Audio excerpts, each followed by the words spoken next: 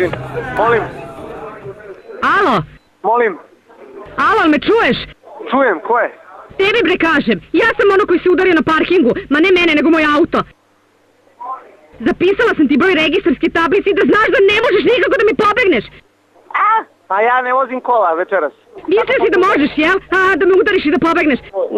Ne vozim ja kola večeras. E, pa ne može. Kola.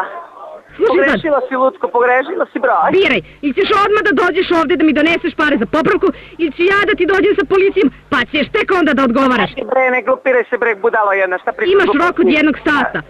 Mezi bre, Me slušaj bre ti mene, ti normalan čoveče. Mezi bre budalo, ajde. Lepo te bre pitam, jesi ti normalan? Bre, bolesna, šta ti je bre, pogrešila si broj, alo. Lepo te bre pitam, jesi ti normalan?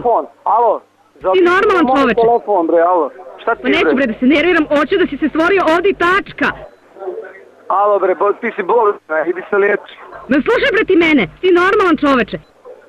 Znaš ti gde sam ja čoveče, kakav bre udes, ja sam bre, nisam tu.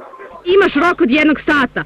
Ne, nego za 5 minuta sam tu, samo ti Biraj, kaže gde ili ćeš odmah da dođeš ovde da mi doneseš pare za popravku, ili ću ja da ti dođem sa policijom, pa ćeš tek onda da odgovaraš. Ja ću da zovnem ja da te nađu. Me slušaj bre ti mene, ti normalan čoveče. Te jebem košarko i jedna, ko te je postavio da me zoveš jebem li te usta, đubre jedna. Lepo te bre pitam, jesi ti normalan? Ko te zove bre, pozdravi tu malu i neću jebem. Ti normalan čoveče. Aj zdravo.